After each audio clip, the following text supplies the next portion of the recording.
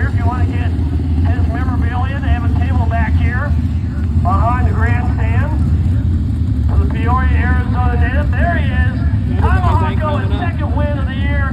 Second win in the Ticket to Tulsa, brought to you by Ford Performance Driving School.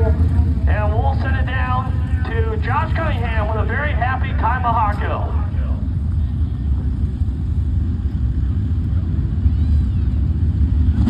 Hey, here he is, race fans climbing out of the car. Let's hear it for him. Your Johnson Memorial winner, Tomahawko. That's interesting, man. He's going to have a trophy beat up before he ever gets to take it home. I'll tell you what, Ty was on a rail tonight in that feature, and I'm not real sure how he felt about a caution was wanting to go. We'll let him get his gloves off here, get his helmet off. Ty come out here from Arizona to race sprint cars. Remember when he come out, he got to drive for my dad, and now you're out here driving for Jamie and Michelle, and you guys are just a force to be reckoned with every single night. Yeah, I'm happy we were able to get it done here tonight.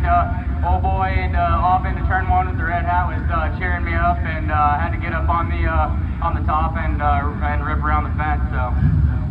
Yeah, you done that certainly. Now, I didn't know Todd Hobson was getting a little bit of grip off the bottom of four, and you just would keep it. And you know, with the caution was wanting to go, it bunches everything up, makes it a little nerve-wracking. Yeah, I saw Todd on the board there. He was third, and then he got the second, and then we got crossed the line for the white flag actually, and got a caution. And I wasn't sure if he was doing anything different than I was to make any more speed or not, but. You know, when no one's really putting any pressure on you, it's hard to move off your line, and I could feel it was getting slick off exit 4 there, but I thought as long as I could keep my momentum up, he probably wouldn't be able to do anything with us. Yeah, that's certainly right. You know, I don't know.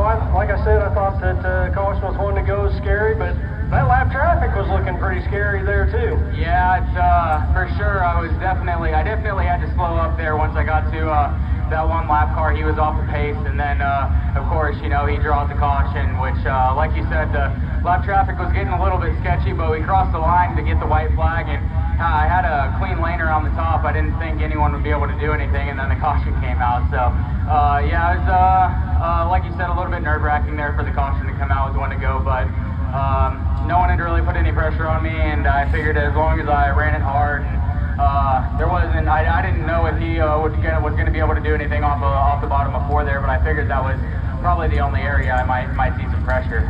Yeah, certainly is. Now I know Jamie and Michelle, they work their tail off. Nights I've been to Putnam Mill, I'll see them in Cloverdale getting this thing washed up. I'm not sure what they do when they come to Paragon, if they wash it before they get out of the state.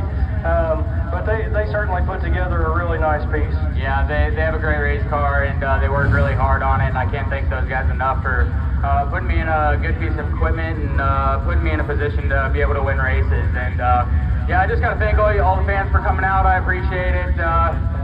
Yeah, I got to thank Rumpke there, DRC Chassis, High Aspiration Farms, all those guys that help us get to the racetrack. Yeah, it certainly is. Let's hear it for him, fans. Your 2025 Johnson Memorial feature winner, Tomahawko.